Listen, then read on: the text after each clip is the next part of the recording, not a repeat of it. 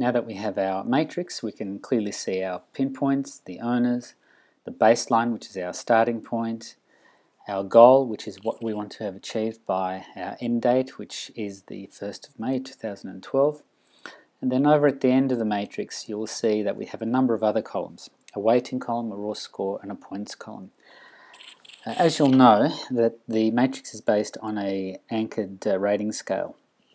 So what it means in effect is that of these pinpoints, that what we're basically allocating is a weighting to some pinpoints over the others, i.e. saying that one pinpoint is more important than the other. And our weighting must equal 100%.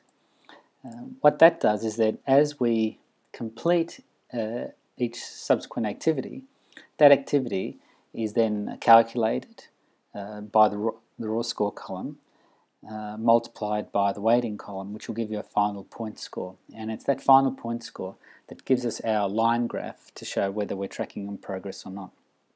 So you can see here with our project we have a number of pinpoints. The first one, identify customers and define their needs and requirements, identify suppliers and communicate our needs and requirements. The other one is identify best practices, and the final one is develop teamwork. Now, for argument's sake, you as the owner of the matrix could decide the weighting, or you could sit down with your team and work out what the weightings are. But for the sake of this exercise, I'll set them first. And so out of 100%, I really believe that identifying what the customer's needs and requirements are is critical to any project. So I'll set that at 40%, which means we now have another 60% to allocate to the rest of the activities. I also believe that developing teamwork is highly important, so I might allocate 30% to that, and then that gives us another 30% to allocate across the other two.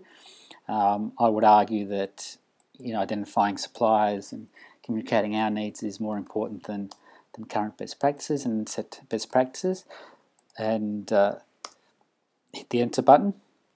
And now what we've done is we've allocated our weighting across those 4 pinpoints, and you can clearly see that what has happened as we've been doing that is that the points have been calculated by multiplying the raw score by the weighting to give us the points over here, and they are tallied at the bottom there. Now, how do we get the raw score?